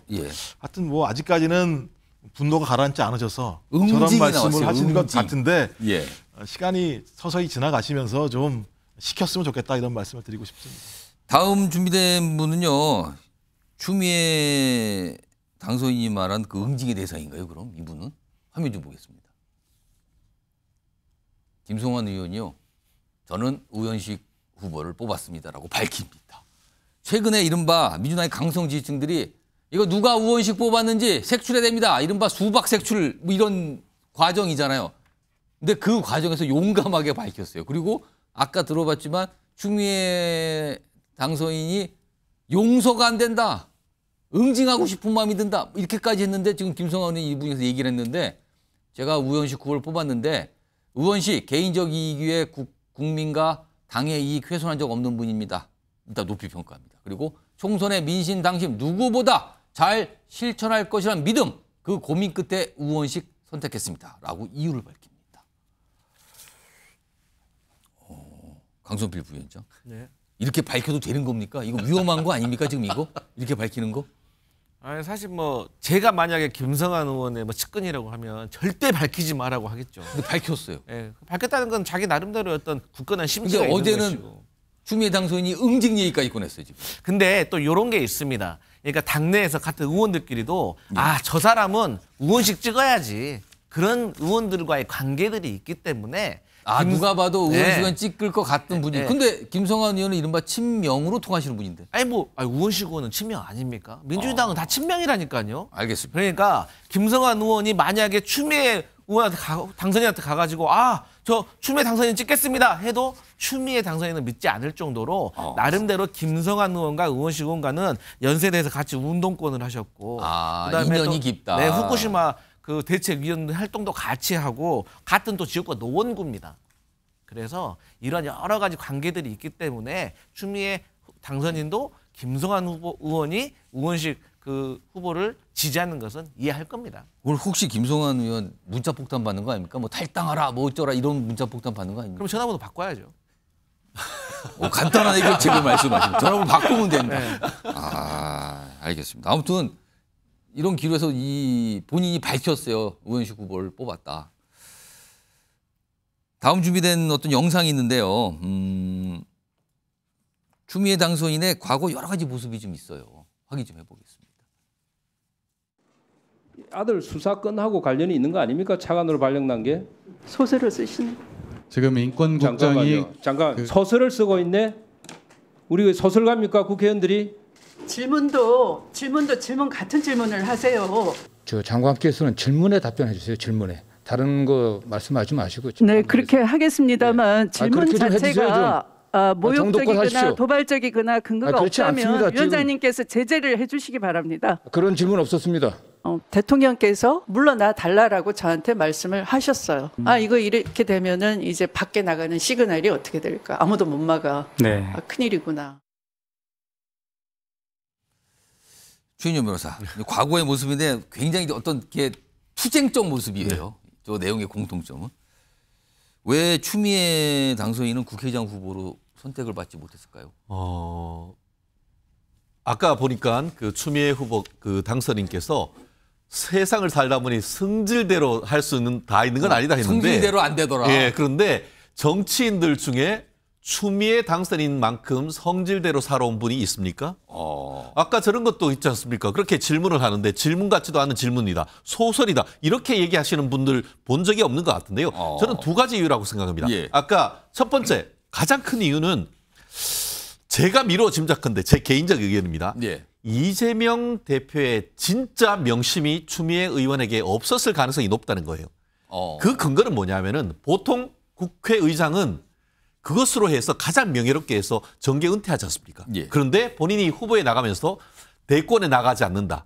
정계 은퇴하지 않는다는 말을 한 번도 한 적이 없습니다. 그 말씀은 뭐냐면은 내가 국회의장을 한 다음에 여차하면은 대선까지도 갈 수 있다라는 생각을 속으로 하고 있고 더불어서 여기가 판사 출신입니다. 예. 근데 지난번에 동작구에 이수진 의원 이게 본인한테 공천이 안 나오니까 뭐라고 했습니까? 이재명 대표의 가장 측근이라고 했었던 김인섭 씨에 대한 판결을 봤더니만 이재명 대표가 나한테 거짓말을 했다. 그 판결, 김인섭 씨의 판결대로라고 한다고 하면은 이재명 대표는 법률상 무기징역 갑니다. 이런 얘기를 했단 말이에요. 추미애 당선인 같은 경우에도 판사 출신 아닙니까? 예. 그렇기 때문에 만에 하나 어떤 그 이재명 대표에 대한 사법 리스크가 현실화됐을 때는 돌변 가능성이 그럴 가능성이 있다라는 생각을 분명히 했을 가능성이 높다고 봅니다. 그런 의미에서 이중 더블 플레이 했다는 근거가 될 수 있는 것이죠. 뭐 그 외에는 아까 얘기한 것처럼 뭐 그리고 민주당의 유인태 전 사무총장이 얘기하는 것처럼 재선 3선 의원들 생각을 해보면은 추미애 의원 믿기 쉽지 않다라는 그런 부분에 있지 않습니까? 결국 본인이 지금까지 정치인으로서 걸어온 그 길에 정답이 있다. 저는 그렇게 봅니다. 요거 마지막으로 김용태 비대위원께서 좀 두 가지 이유 말씀하셨는데 또 다른 이유 혹시 떠오르십니까? 왜 추미애 당선인은 국회의장 후보로 선택을 받지 못했을까? 같은 연장선상에서 예. 스킨십 차원에서 말씀을 좀 드리고 싶어요. 예. 그러니까 추미애 전 대표를 알고 지낸 그러니까 재선 이상의 의원분들은 말씀하셨던 것처럼 추미애 전 장관의 캐릭터를 다 알고 있는 거죠. 그러니까 의장을 뽑을 수 없었다라고 말씀하시는 분들도 있는 것 같고요. 예. 추미애 전 장관을 모르는 민주당의 초선 당선인들은 말 그대로 당심이 추미애 전 장관한테 있는 것 같으니 당심을 쫓아서 추미애 전 장관을 찍을 수밖에 없었던 이번에 거죠. 표가 이번에 초선이 된 당선인들은 추미애 후보 쪽으로 갔고 재선 이상들의 다수는 의원식 후보 쪽으로 갔고 이렇게 보시는 거예요? 요약해서 말씀드리면 추미애 전 장관을 알고 있는 분들은 추미애 전 장관을 찍지 않았을 것이고요. 예. 추미애 전 장관을 모르시는 분들은 추미애 전 장관을 찍지 않았나 이렇게 개인적인 추측이 있습니다. 과거의 행보를 좀 알고 있다 모르고 있다. 김종국 전 의원님 하신 말씀인데 제 얼굴 쳐다보시는데 하신 말씀이 있으신 것 같네요. 그러니까 추미애 국회의장이 당선 안 된 부분을 가지고 이재명을 공격하는 모습들. 그러니까 기본적으로 지금 핵심적인 내용은 뭐냐면 당원들과 민주당 지지층들 같은 경우는 국회의장으로서 추미애 당선인이 가장 적격이라고 판단을 했는데 국회의원들 당선인들은 왜 그런 판단을 하지 않았는가에 대한 질문인 거예요. 그렇죠. 왜 그렇게 차이가 났었는가? 내용들인 거고. 왜 차이가 났는가? 그러니까 이런 답이 나왔을 그러니까 답을 안 하기 때문에 문제 제기를 하는 거예요. 왜 그들은 답을 못 할까라고 하는 측면인 거죠. 그렇다면 본인들 스스로가 당원들과 다른 판단을 했을 때 합리적이며 객관적이고 의미 있는 내용들이 아니라고 스스로 자인하고 있는 모습이기 때문에 좀 비겁하다는 생각들을 가지고 있는 거예요. 당원들 입장에서는. 좀 지금이라도 마찬가지인데 어떤 우원식 또는 추미애 이 두 분 이런 발언이 중요한 게 아니라 이 선택을 한 투표하는 분들 있잖아요. 투표하신 분들이 왜 그런 투표를 했는지에 대한 토론을 통해서 당원들을 설득시켜내고 그 설득 자체가 건강하게 이루어진다면 우원식 국회의장 체제 속에서도 당원들이 생각한 부분들이 관철될 수 있겠구나라고 느끼게 만드는 게 핵심인 건데 그렇지 않은 방향으로 가고 있으니까 지금 이런 논란들이 더 벌어지고 있다는 생각이 듭니다. 알겠습니다. 이런 상황에서 오늘 민주당의 한 의원이 저는 의원식 후보를 선택했습니다라고 스스로 밝힌 모습이 오늘 있었습니다. 자, 그 내용까지 지금 전해드렸고요.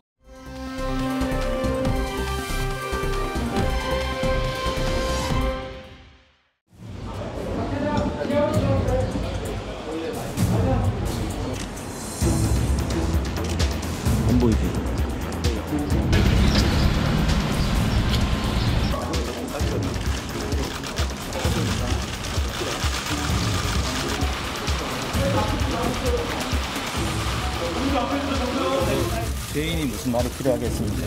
조사 잘 받았고 또 조사 남은 조사가 또 있으면 성실히 받도록 하겠습니다. 죄지은 사람이 많이 필요하겠습니다. 어쨌든 죄송합니다. 네. 5시에서 6시 정도에 이미 끝난 걸로 알고 있는데 이렇게 늦어지신 이유는 혹시 오늘은 거기까지 좀 해주시죠. 예, 죄송합니다.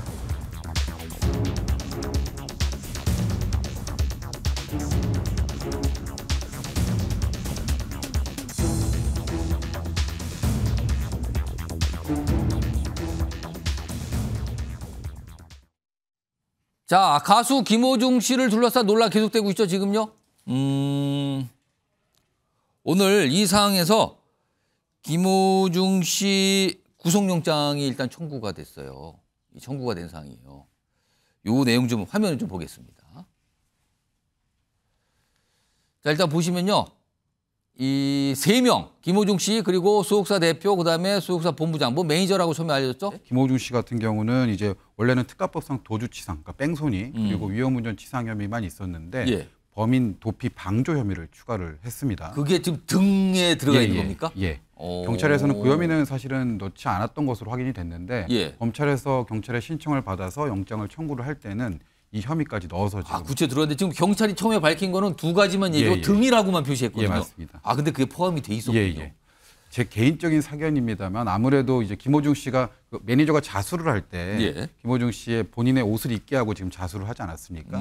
그런 부분들이 아무래도 방조, 그러니까 도와줬다라고 평가를 한 것 같습니다. 김호중 씨에 대해서 구속영장이 신청됐잖아요. 이거 발부 가능성은 어떻게 봐야 됩니까? 일단 법원 입장에서 이렇게 언론이 막 집중이 된 사건들 영장 심리를 할 때 상당히 부담을 느낍니다. 사실 그리고 이 사건 만약에 이게 김호중 씨가 아니고 일반인이었다라고 한다면 사건 자체만 봤을 때 구속영장 청구까지 갈 만한 사안은 아니거든요. 이런 경우라면. 그럼에도 불구하고 지금 경찰과 검찰 이어서 지금 영장 청구까지 간 이유는 사실 이원석 총장까지 나서서 뭐 이른바 뭐 사법 방해 행위에 대해서 엄단해라라는 지시까지 내려온 상황이고 경찰의 신청을 반려할 수는 당연히 없기 때문에 검사도 이제 영장을 청구를 한 것으로 보이는데 지금 법원 입장에서 봤을 때 사실상 이광득 대표 같은 경우는 지금 쟁점이 하나 남아 있습니다. 사실 뭐 다른 언론사나 뭐 보도에서는 잘 잡히지 않은 부분인데 친족 상도례라고 하는 쟁점이 남아 있거든요. 그러니까 혈족이 어떤 도움을 주는 거는 혈족이니까 이해받을 수 있다. 법적으로 이해받을 수 있다. 그 부분 말씀하시는 맞습니다. 거네요. 그래서 이광득 대표가 지금 이 부분은 사실 확인이 좀 필요합니다만 지금 일각에서는 4촌이다, 뭐 일각에서는 6촌이다, 뭐 이런 얘기도 나옵니다. 근데 제가 확인한 바에 따르면 일단 8촌의 혈족 관계로 알려져 있습니다. 적용이 되는 겁니까? 안 되는 겁니까? 8촌은 딱 그 경계선입니다. 그 친족의 정말 그 바운더리에 가장 경계선에 걸쳐 있는. 봐야 되는 거네요. 그렇기 때문에 친족 상도례가 적용될 여지가 있어서 이게 사실은 이 친족 상도례가 적용된다고 하면 사실은 처벌이 안 되는 거거든요. 법원 입장에서 그런데 처벌이 안 되는 사건을 구속영장까지 발부한다? 사실 부담을 많이 느낄 겁니다. 다만 이제 전모 씨 같은 경우도 지금 그 김호중 씨의 그 전 친척 누나의 전 남편? 로 알려져 있습니다. 그러니까 아무튼 뭐 인척인가요? 그럼 뭐라고 해야 됩니까? 혼인 관계로 맺어진 친척 관계, 인척 관계인데 전이기 때문에 그리고 전이면 또 꽤 그게 이제 해소가 된 거네요. 그리고 친족 상도례에서 적용받는 인척이라고 하는 것은 4촌 이내 인척만을 대안하고 있기 때문에 전모 씨는 사실 친족 상도례 해당 사항은 없고요. 그래서 지금 사실 이 사건의 본질이 김호중 씨가 술을 마시고 사고를 냈다 여기에 초점이 아니라 그 이후의 행동거든요. 그 이유가 더 많은 분들이 좀 분노하고 깜짝 놀랐거든요. 그것 때문에 사실 영장까지 청구가 된 것이기 때문에 그런 차원에서 본다면 사실 김호중 씨 본인도 당연히 문제지만 이광득 대표나 전모 씨에 대해서 사실은 칼날이 향해야 되는데 이런 친족 상도례라는 그런 부분이 남아 있어서 이게 또 남아 있군요. 이런 상황에서요. 지금 사실은 음주에 대해서 부인을 하다가 결국에는 김호중 씨가 스스로 인정했잖아요. 어제 김호중 씨의 변호인이 어제 조사가 끝난 후에 좀 설명을 좀 내놨는데 들어보겠습니다. 음주운전을 포함해서 사실관계를 모두 인정을 했고 마신 술의 종류, 양 구체적으로 다 말씀을 드렸습니다.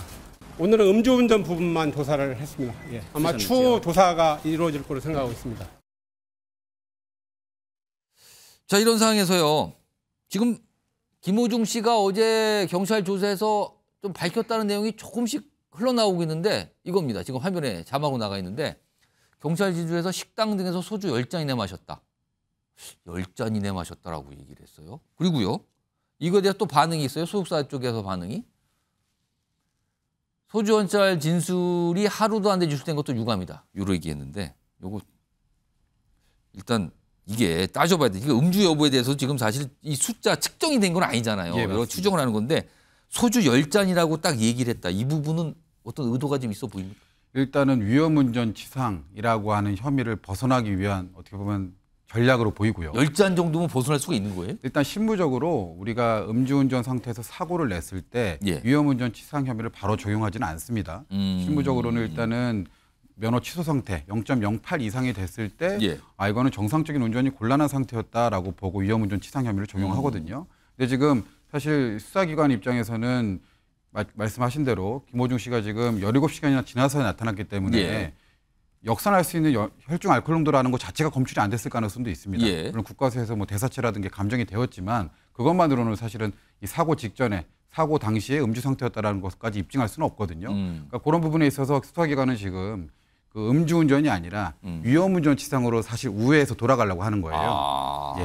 우리가 실무적으로 이제 음주 측정 거부죄가 있지 않습니까? 음주 측정 거부 행위도 마찬가지로 측정을 거부했기 때문에 혈중 알코올 농도는 측정되지 않았습니다. 그런데 그런 상태에서 사고가 났을 때 우리가 실무적으로 음주 측정 거부죄와 위험운전 치상죄를 같이 기소를 합니다. 그러니까 요거에서 아마 참고로 레퍼런스로 삼아서 지금 위험운전 치상으로 가려고 하니 이 부분에 대한 방어로서 난 10잔 이상은 마시지 않았다. 술은 마신 것은 맞지만 그렇게 위험한 상태가 아니었다라고. 운전을 못하고 위험할 정도는 아니었다라는 걸 강조하기 위한 소주 10잔 정도 이걸로 보이는 건데 일단 법적으로 좀 따져볼 문제가 있는데 다음 하나 더 볼까요? 지금 문제는 무슨 이 메모리 칩도 있고 일단 보세요. 지금 김호중 씨에게 적용 가능한 혐의들이 굉장히 많은데 일단 아까 영장상으로는요. 사고 미조치하고 도주치상 이게 들어가 있는 건가요?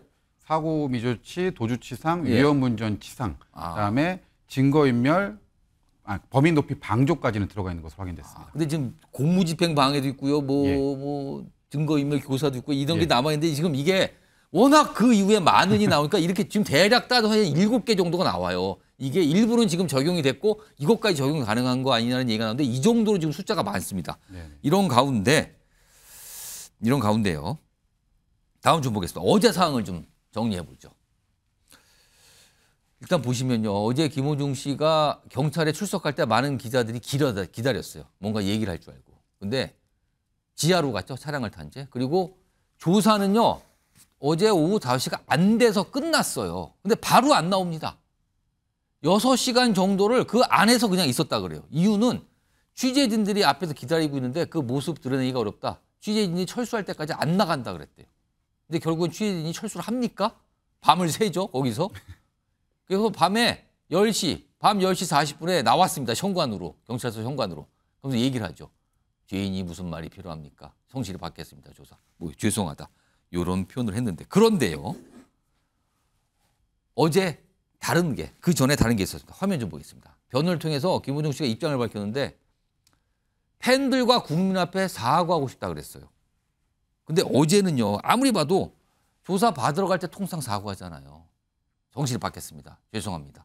근데 기자들 피해서 지하로 들어갔거든요. 그리고 어제도 마지못해서 기자들 앞에 쓴 것 같거든요.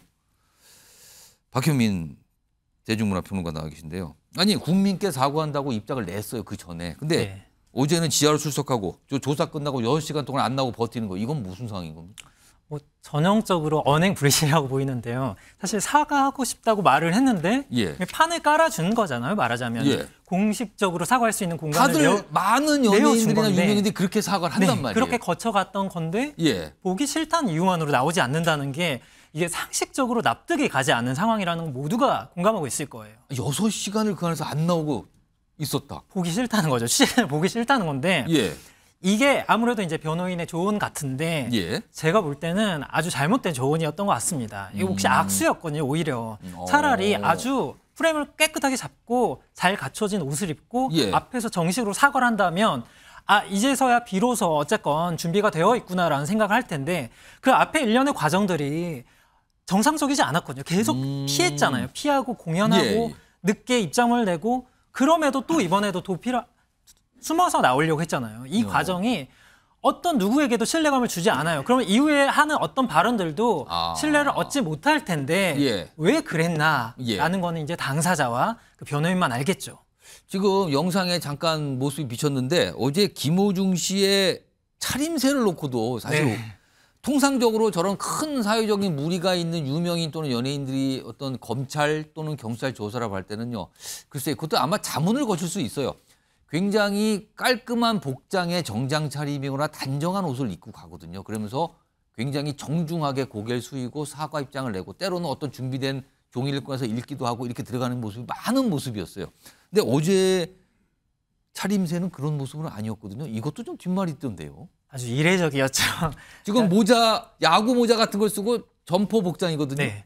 그래서 아까 말씀드렸다시피 프레임을 잡는 거거든요. 이미지의 어떤 게임이라고 볼 수 있는데 사실은 그게 진심이든 아니든 간에 어쨌건 그런 모습을 보여야 하는 게 옳은데 맞는데 지금 상황에서는 이게 정식 인사할 복장이 맞아라는 느낌을 주었거든요. 그러니까 이게 제가 볼 때는 그런 부분이 있는 것 같습니다. 그러니까 기존 연예인들과의 다른 상황이 있다면 사실 이런 몫을 하는 게 매니지먼트거든요. 매니지먼트가 이런 거에 대한 조언을 해주고 어떤 홍보 입장에서도 이게 사실 위기 관리 아닙니까? 이런 네, 그렇습니다. 그래서 매니지먼트의 몫인데 지금 상황이 어떻습니까? 매니지먼트 대표와 본부장이 함께 조사 대상이잖아요.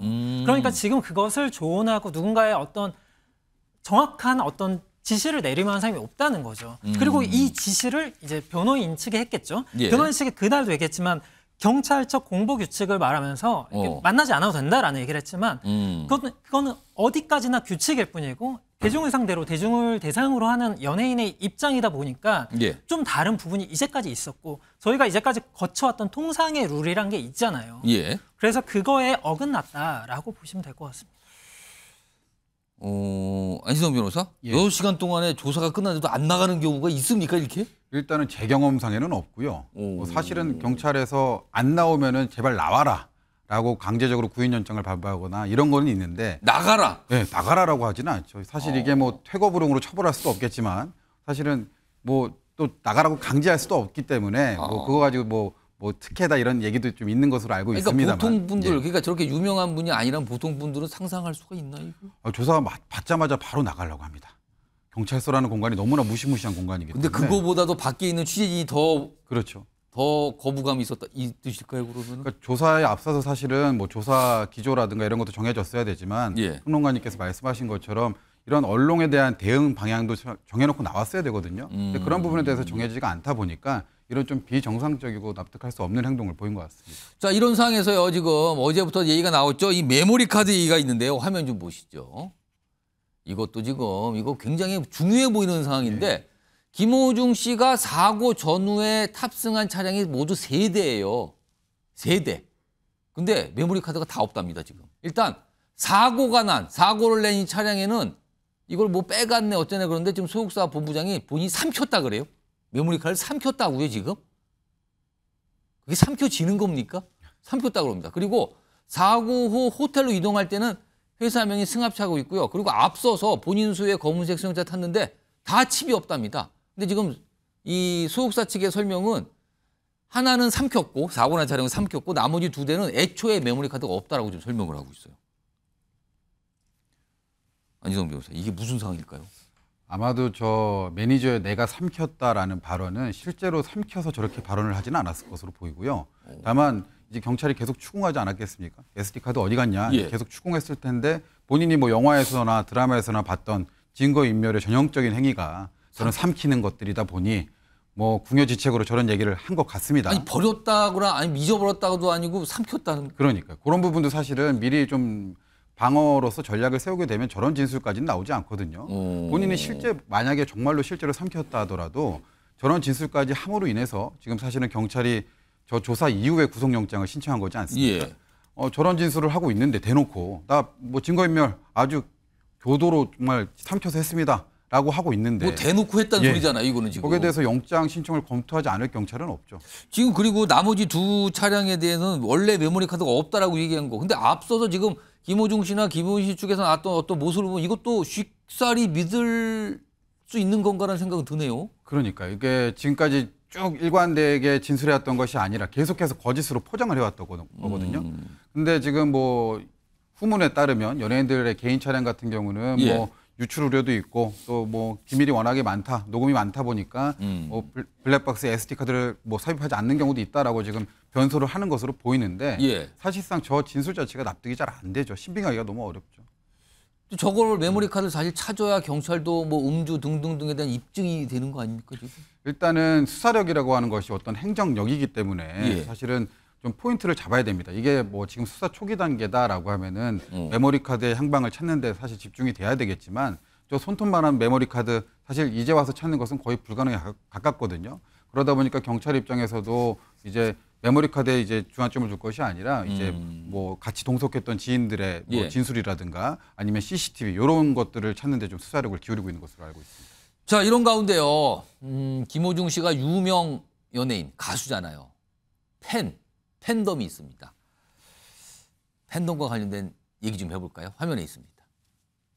자, 보시면요. 팬들의 반응이 좀 갈리는 건가요? 일단 왼쪽에 있는 쪽은요. 이게 어떤 이 팬들이 쓴 어떤 게시판 이런 데 글에 보면은 김호중과 소속사 엄하게 처벌 바랍니다. 뭐 대단하다고 봐줍니까? 그러면서 연예계 퇴출 청원 이런 거에 이런 몫을 내고 있고 찬성하신 분들이 늘어나고 있다는 거예요. 지금 이거는 이 KBS 시청자 청원, 그러니까 김호중 씨에 대해서 그런 글들을 많이 올리는 게시판이 있는데 거기에 지금 올라오는 내용들이고요. 그러니까 팬들이 올린 걸 일단 보여주고요. 반대쪽에 계신 팬들은요. 최근에 내일 모레 열리는 콘서트 뭐 좌석이 한 2만 석 되는데 취소표가 좀 6천 표 나왔다가 다시 줄었다는 거예요. 그것도 이런 얘기를 하신 분이 있대요. 팬들 중에서. 콘서트 취소표 추가 예매했다. 이거 뭐예요? 사주면서 다시 예매하면서 지지를 한다 이런 뜻일까요? 그리고요. 김호중 씨 팬카페가 있는데 비공개로 전해됐답니다. 이런 약간 좀 상반된 반응인데요. 그리고요. 다음 좀 보겠습니다. 지금 공연 얘기가 계속 나오는데 23, 24일 서울 콘서트는 예정대로 진행한다. 이런 얘기가 나와요. 그리고요. 지금 방금 나온 소식인데 이 콘서트를 끝으로 일단 활동은 중단하겠다. 이런 얘기도 좀 나오고 있나 봅니다. 일단 박혜민 평론가.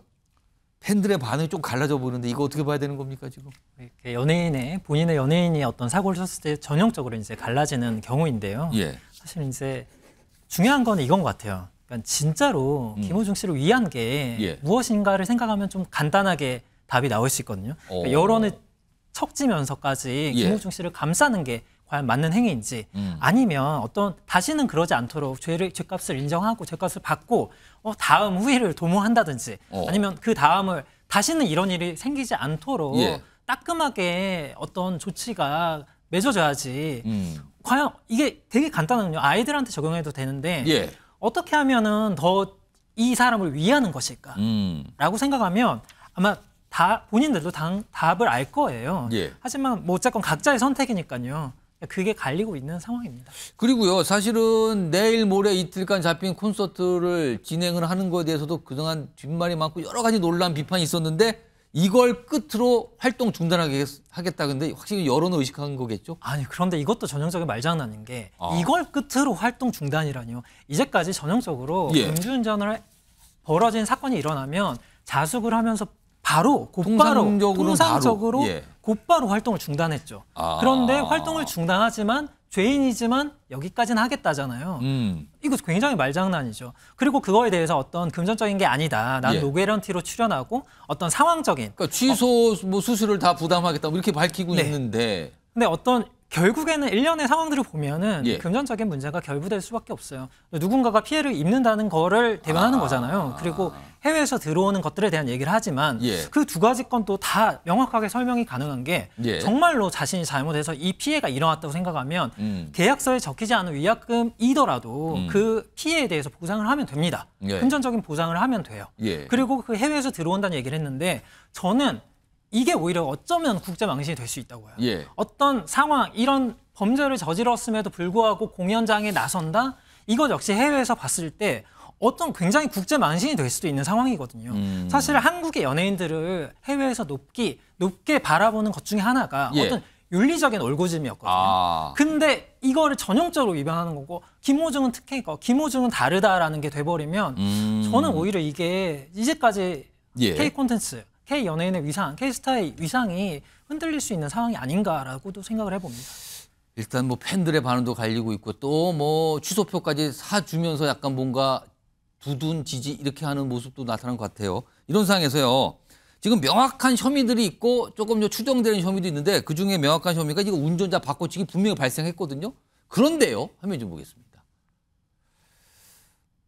안지성 변호사는 이거 좀 봐주세요. 최근 1년간 이게 한 언론 보도 통해서 나온 건데 최근 1년간 운전자 바꿔치기 관련된 사례를 이제 판례, 판결문을 분석해 본 건데 31건 정도가 이게 뭐 재판까지 가서 나오는데 15건이 집행유예를 받았대요. 절반이 집행유예. 그래서 이거 아니 이렇게 솜방망이 처벌을 하니까 이거는 운전자들 이거를 알아서 이렇게 바꿔치기 하는 거 아니야. 이게 굉장한 큰 죄일 수도 있는데 이렇게 한다. 이런 지적이 나오거든요. 이거 어떻게 봐야 됩니까? 일단은 뭐 집행유예 판결이 48% 이른다는 것은 좀 안타깝긴 합니다. 예. 다만 지금 사실 우리나라에서 범죄를 규정하고 있는 것들이 많이 있습니다. 예. 근데 지금 운전자 바꿔치기, 이른바 지금 운전자 바꿔치기라고 하는 것은 범인도피 교사죄에 해당하거든요. 근데 해당 혐의로 가지고 사실은 무조건 실형을 선고한다고 한다면 좀 가혹한 측면도 없지 않아 있습니다. 예. 왜냐하면 지금 그 운전자 바꿔치기의 대부분 그 경위 자체를 살펴보면 어떤 뭐 계획적이고 뭐 그런 의도적인 범행보다는 사실 경찰 단속에 걸렸을 때 아니면 사고가 났을 때 단속을 처벌을 피하기 위해서 정말 우발적으로 이뤄지는 경우들이 상당히 많기 때문에 그런 측면들을 좀 고려해서 지금 형이 저렇게 나오는 것인데 사실 지금 제가 하나 좀 염려하는 것은 이 김호중 케이스를 통해서 국민들한테 지금 잘못된 신호를 줄 수도 있는 거거든요. 국민도 저런 걸 몰랐던 국민도 그렇죠. 아 저런 방법도 있구나. 예전에 마약 사건 같은 경우도 뭐 탈색이다, 염색이다 이런 것들을 몰랐지만 지금은 다 알지 않습니까? 음주운전도 마찬가지로 지금 잘못된 신호를 줄까 봐 검찰이나 뭐 정부에서도 좀 우려를 하고 있는 것으로 보이고 잘못하면은 뭐 음주운전을 해서 사고가 나거나 걸리면 그냥 도망가고 현장에서만 걸리지 않으면 장땡이구나 이런 생각을 하게 될 수도 있거든요. 그래서 사실은 저런 법들은 이번에 대검찰청에서 법무부에 좀 특별하게 법 제안들을 한 것으로도 알려졌는데 그런 입법을 통해서도 좀 해결이 돼야 될 것으로 보입니다. 하여튼 여러 가지 이게 어떻게 보면 단순한 사고였는데요. 이게 지금 그 이후에 사건으로 가는 것 같아요. 사건으로. 사고가 사건으로 바뀌었어요.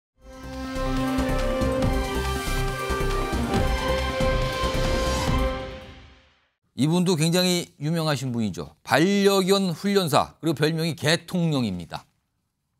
강영욱 씨. 최근에 갑질 의혹 제기가 충격적인 내용들 이런 의혹 제기가 있었거든요. 자 일단 관련 모습도 좀 보시죠. 동물의 복지, 동물의 생명, 동물이 하고 있는 생태에 대한 이해를 하면 할수록 우리 인간, 우리 사람 내에 여러 가지 일들을 더욱더 신경 쓰는 눈과 자세와 감각이 생길 거예요. 저도 지금 임시보호를 하고 있어요. 온몸이 다 피부병 걸린 친구여서 제가 보고 지나칠 수 없어가지고 데리고 와서 지금 저희 회사에서 우리 직원분들하고 같이 치료도 하고 지금 CCTV 보고 의자에 거의 누워서 일하지 마시죠. 얼마나 사람이 날 보고 있구나. 원래보다 못하다. 그냥 기어나가라. 그냥 죽어라. 이런 얘기도 맨날 들었죠. 자, 강영욱 씨 지금 회사를 운영하고 있는데 그 직원들, 전직 직원들의 어떤 의혹 폭로거든요. 화면 좀 볼까요? 자, 요거 내용 좀 보시면서요. 박현민 평론가 설명 좀 해서 무슨 의혹 제기가 나온 거예요, 지금 이게? 너무 많아서 정리가 좀 안 될 수도 있습니다. 진짜 중요한 핵심 좀 설명해 주세요. 한 3가지로 요약해 볼 수 있는데요. 일단 CCTV입니다. CCTV, 메신저, 화장실로 일단 요약을 해볼 수 있는데 CCTV가 지나치게 많았죠. 그 CCTV가 사무실에요? 네, 굉장히 많은 사람들의 동선을 다 파악할 수 있고 모니터도 보여주고 있는 직원들이 일하는 모니터를 CCTV가 모니터를 보고 있습니다. 뭘 하는지.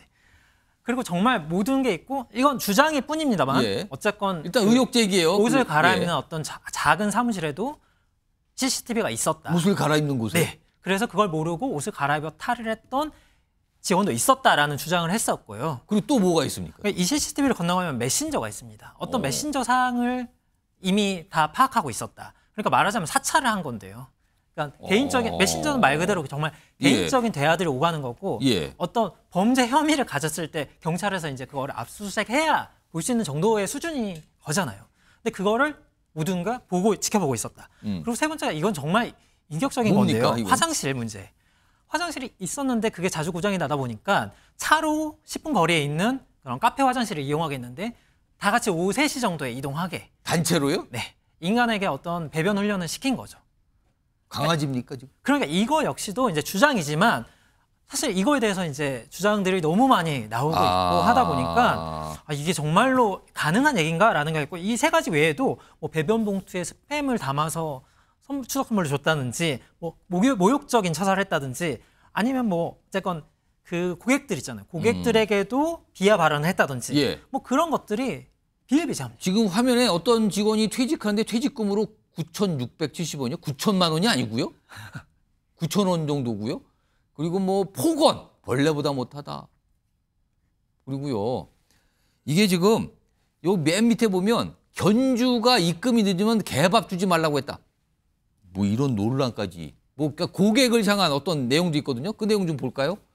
고객과 관련된 어떤 내용도 있는데 나는 이게 뭐예요? 이거 욕설이잖아요. 누구한테 도움을 주고 돈 버는 거야 라고 의기양양했다. 견주가 입금 늦게 하면 개밥 주지 말라고 했다.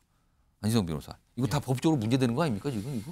일단은 뭐 견주가 입금을 늦게 하면 개밥 주지 말라고 했다라고 하는 부분은 사실로 확인이 되면 사실 뭐 이거는 사실 계약 관계에 관한 것이기 때문에 견주가 돈을 줘야지 뭐 이쪽에서도 그 개에 대한 뭐 먹이를 한다든가 양육을 하는 그런 게 있으니까. 근데 그러니까 이거 앞에서 했던 그 직원들과 관련된 건 어떻습니까? 일단 직장 내 갑질 자체를 처벌하는 규정은 아직까지 우리나라에는 없습니다. 우리 근로기준법에서는 직장 내 갑질 자체를 처벌하는 것이 아니라 갑질이 발생했음에도 불구하고 사업주가 응당한 조치를 취하지 않았을 때 과태료 처벌 규정이 있고요. 그다음에 뭐 직장 내 갑질을 신고했다는 이유로 부당한 조치를 했을 때는 처벌 규정이 있지만 저 자체만 봤을 때는 이제 형사처벌 대상은 아닙니다. 그러면 약간 노사 문제처럼 되는 건가요, 이게? 근데 이제 CCTV 관련돼서는 개인정보보호법 위반 이슈가 조금 있을 수 있죠. 지금 몇 가지가 나가는데 저런 얘기가 나와요.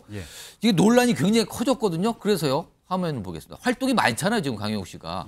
지금 보면은 방송이 결국에는 결방이 됐어요. 20일 방송이 결방됐고요. 어떤 행사가 있는데 이게 여러 가지 논란이 있으니까 이제 불참하기로 25일, 26일 진행되는 행사인데 불참하기로 했다는 거예요. 논란이 커졌잖아요. 근데 지금 이런 논란이 벌써 한참 진행되는데 침묵하고 있거든요. 그리고 오늘 유튜브 채널을 통해서 본인의 입장을 표명하겠다라는 얘기가 알려졌는데 아직은 소식이 없어요. 박현민 평론가. 네. 아니 이거 논란이 커졌고 방송이 지금 이른바 결방 그리고 행사 불참 이게 커졌어요 일이. 근데 계속 침묵하고 있거든요. 일단 이런 경우에 사람들이 모두가 다 자기 편이다가 갑자기 돌아설 때 분명히 혼란에 빠지긴 해요. 그런데 이것만으로 속단할 수는 없는 게 예전에 그 성추행 루머가 한번 돌았던 적이 있거든요. 그때는 좀 즉각적으로 응답을 했어요. 거의 주말과 껴 있었는데도 신속하게 응대를 했습니다. 나 아니다. 그런데 그것과 아주 정면으로 다른 모습이잖아요. 그러니까 이런 시간이 길어질수록 당연히 대중 입장에서는 지난번하고 저런 걸로 본 입장에서 맞을 수 있겠다. 어쩌면 저게 진실일 수도 있겠다. 처음에는 긴가민가 했거든요. 근데 이 시간이 길어질수록 저게 진짜일 가능성이 있겠다라는 쪽에 힘이 실리고 있습니다. 그리고 오늘 입장 발표를 하겠죠. 지금 아직은 안 나오는데 이거 마지막으로 안지성 변호사. 지금 강영욱 씨의 변호인이라면 어떤 조언이 지금 가능할까요?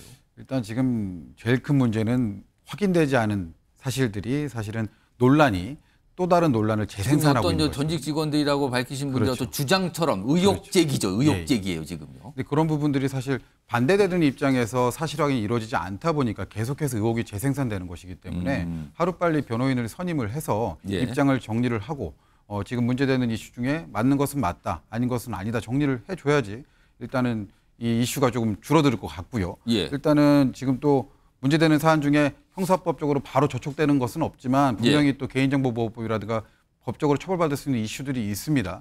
이런 부분에 대해서는 사실 형사처벌까지 진행될 수 있기 때문에 빨리 좀 입장을 정리해야 되지 않을까 이런 생각이 듭니다. 오늘 유튜브 채널을 통해서 입장 발표를 할 거다라는 얘기가 나오는데 아직은 없습니다. 아마 내일쯤 전해드릴 수 있지 않을까 생각이 드는데요. 좀 기다려보죠.